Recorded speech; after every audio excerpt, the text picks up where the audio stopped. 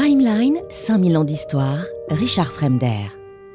Alors à mesure que le règne avance, la question n'est plus seulement celle de la mise en scène du pouvoir, elle devient celle de la stabilité. Commode n'est pas renversé par une invasion barbare ni par un effondrement administratif, il est en fait miné de l'intérieur. Et ce qui frappe à partir des années 180, c'est la montée progressive d'un climat de suspicion, de trahison et de répression qui affecte le cœur même du régime. Le premier choc majeur survient très tôt, c'est ce qu'on appelle la conjuration de Lucilla. Lucilla, c'est pas une figure marginale, c'est la sœur de Commode, c'est la veuve du Lucius Verus, fille de Marc Aurèle. Vous avez bien entendu, la sœur de Commode, veuve de Lucius Verus, fille de Marc Aurèle. Elle appartient pleinement à la légitimité dynastique. Son implication dans un complot contre son frère révèle une fracture profonde au sein même de la famille impériale. Alors le projet échoue, il est totalement maladroitement exécuté, mais son existence marque un tournant psychologique. Commode est déjà jeune, et désormais seul maître après la mort de son père en 180, et il se trouve donc très tôt confronté à la trahison, la pire des trahisons, c'est la trahison intime. La réaction est brutale. Les conjurés sont exécutés, Lucilla est exilée et puis mise à mort. La répression ne s'arrête pas aux coupables directs. Elle va s'étendre aux réseaux supposés, aux complicités potentielles. Le cercle de confiance se rétrécit donc de plus en plus. Et à partir de là, vous comprenez que le règne change littéralement de tonalité. Le jeune empereur, qui avait cherché à établir un lien direct avec le peuple, se replie progressivement sur son entourage restreint. Le pouvoir réel passe de plus en plus entre les mains de préfets et de favoris. Parmi eux, Pérennice, qui occupe une place centrale. Il est préfet du prétoire, il devient le véritable gestionnaire de l'Empire. Et les sources le décrivent, accumulant les pouvoirs, plaçant ses hommes aux postes clés, le népotisme, c'est comme ça qu'on dit, marginalisant l'aristocratie sénatoriale, il gouverne en quelque sorte sous couvert de l'autorité impériale. Et ce phénomène n'est pas inédit dans l'histoire romaine. Déjà, sous Tibère, ces gens avaient concentré une influence considérable. Mais dans un contexte où la légitimité de Commode repose fortement sur sa personne et sur son exposition publique, la délégation excessive du pouvoir forcément alimente les critiques. Les sénateurs voient dans cette montée en puissance des préfets équestres une double menace, à la fois politique et sociale. Politique parce que l'autorité s'éloigne des cadres, traditionnels, et sociale parce que ces hommes nouveaux, issus de l'ordre équestre, concurrencent directement l'aristocratie. Et quand Pérennice tombe à son tour, accusé de complot ou d'ambition excessive, la purge est alors spectaculaire, mais le mal est fait. L'idée que l'entourage immédiat de l'empereur puisse trahir ou manipuler, tout ça s'installe durablement. On a Cléander qui lui succède dans l'influence. Alors lui, il est d'origine servile selon certaines sources. Il symbolise pour les sénateurs, là, c'est carrément l'abaissement du régime. On lui prête la vente des charges publiques, la corruption systématique, l'enrichissement personnel et j'en passe et des meilleurs. Alors si c'est vrai ou si c'est exagéré, le récit révèle quand même un point crucial, la perception d'un centre impérial qui est gangréné. Et la crise atteint son paroxysme au moment des troubles frumentaires, justement. Rome dépend du ravitaillement en blé pour nourrir une population qui est quand même immense.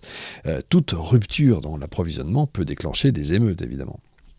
Or, dans un contexte démographique, encore une fois, fragilisé par la peste, j'insiste un peu sur la peste, mais c'est important, les tensions sont de plus en plus vives. Et quand la foule se soulève contre Cléander, accusé de mauvaise gestion, Commode finit par céder, et dans ces cas-là, comme d'habitude, le fait exécuter.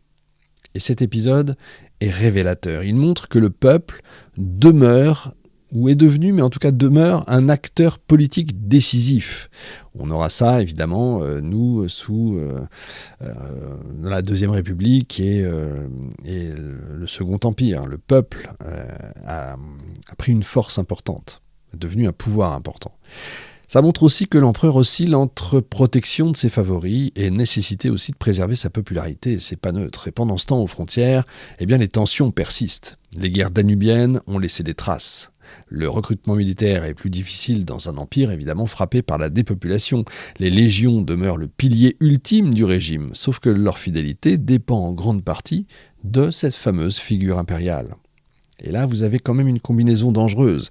Un Sénat méfiant, une armée sollicitée et une plèbe volatile.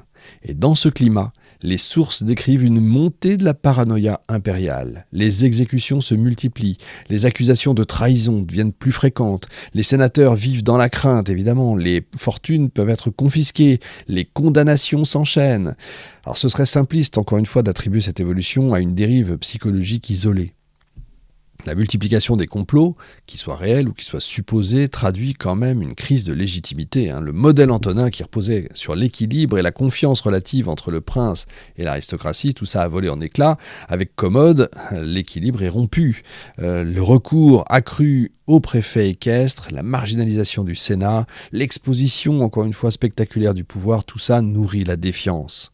La répression, en plus, accentue la fracture. Et le régime entre dans une sorte de spirale, dans une sorte de, de cercle vicieux. Plus le Sénat s'éloigne, plus l'empereur s'appuie sur un cercle restreint.